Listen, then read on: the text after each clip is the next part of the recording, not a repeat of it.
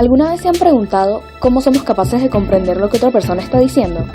¿Y por qué al escuchar una frase la podemos interpretar de diferentes maneras? No podemos hablar de las distintas formas de interpretación de un mensaje sin antes establecer un contexto que enmarque al tema. Por eso, primero definiremos ciertos términos que nos ayudarán con esto. El primero es el término de semántica. Este se refiere a los aspectos del significado, sentido o interpretación de signos lingüísticos, símbolos, palabras, expresiones o representaciones formales. La semántica puede estudiarse desde diferentes puntos de vista. Sin embargo, nos enfocaremos en la semántica lingüística. Este ámbito trata de la codificación y decodificación de las palabras, expresiones o símbolos en las estructuras lingüísticas. Estudia la estructura de las formas léxicas, la estructura de las expresiones y su relación con sus referentes, así como los mecanismos mentales por los cuales los individuos atribuyen significados a las expresiones lingüísticas. Volviendo a la interpretación del lenguaje, es necesario esclarecer qué procesos ocurren cuando un estímulo llega a nosotros, ya que sin estímulo no hay decodificación y por ende no hay interpretación. A diario recibimos grandes cantidades de estímulos, pero no todos los percibimos. La percepción es un proceso activo que sucede tan rápido que llegamos a pensar que es un acto pasivo del cual no formamos parte, cuando sin darnos cuenta estamos fijando nuestra atención todo el tiempo e interpretando la información proporcionada por nuestros sentidos. Para que haya percepción se necesitan los siguientes factores: estímulo, atención e interpretación de la información. El conjunto de elementos que influyen en nuestra percepción de los estímulos se denomina estado perceptivo y lo conforman 4 elementos, los cuales son abreviados como MECE: motivación, expectativa, contexto y experiencia anterior.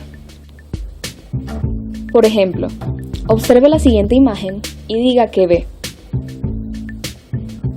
Ahora, observe más detenidamente el segundo símbolo. En la imagen, el segundo símbolo será percibido como una letra B, ya que al tener presentes la A y la C, nuestro cerebro anticipa que se trata del mismo contexto, cuando en realidad se trata de un número 13.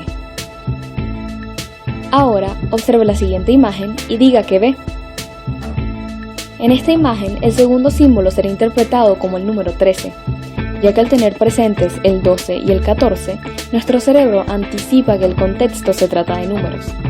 Pero no se apresuren, pues esta imagen puede tener más de un significado, ya que podrían representar la letra R, la letra B y la letra K. Todo depende desde qué perspectiva se vea. A medida que vamos percibiendo los estímulos, se activa el proceso de la comprensión de estos. Pero, ¿se han preguntado alguna vez cómo se hace la transición del proceso de percepción al proceso de comprensión? Esta transición involucra una serie de pasos. El primer paso de esta transición es la percepción. En ella se interpretan señales tales como tamaño, distancia, color, olor, sonido y textura. La percepción no es tan apegada a la realidad como creemos y se ve influenciada por nuestro MECE. Luego de percibidos estos elementos, las señales son enviadas a la corteza cerebral. El segundo paso es la decodificación. Es el proceso mediante el cual le damos un sentido o un significado a un estímulo percibido. Todos los elementos que nos rodean poseen un significado y deben ser interpretados. El tercer paso es la integración. Este paso consiste en la unión de varios elementos en una sola entidad de significación, que tiene un sentido diferente al que expresa cada elemento o una señal por sí sola. La unión de varios estímulos conlleva a expresar un mensaje diferente. Por último, tenemos la aplicación. Es la verdadera comprensión de un grupo o entidad de estímulos y sucede cuando somos capaces de aplicar lo interpretado en situaciones concretas, como lo son casos, opiniones y posiciones con respecto al mensaje interpretado o comprendido. La comunicación es un proceso que abarca 2 componentes interrelacionados: la producción y la comprensión, o mejor conocidos como la codificación y la decodificación. Ambos implican direcciones inversas en la interpretación que se hace entre emisor y receptor, pero no se les debe interpretar como si fueran mecanismos idénticos, ya que cada uno tiene una función específica dentro de la interpretación. La codificación se basa en la conversión del mensaje por parte del emisor en signos que puedan ser recibidos y entendidos por el receptor. Un ejemplo de esto es cuando el emisor quiere comunicar un saludo al receptor, empleando signos fonéticos, es decir, codifica el mensaje en una serie de sonidos que el receptor luego va a entender.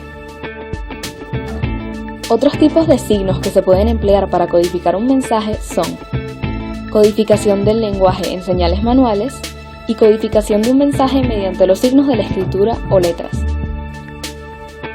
Por otro lado, encontramos la decodificación, la cual consiste en que el receptor interpreta y convierte los signos que le llegan en un mensaje. De esta forma, los signos son asociados a las ideas que el emitor trató de comunicar. Por ejemplo, un alumno recibe un signo de su profesora, la cual tiene el dedo índice delante de la boca.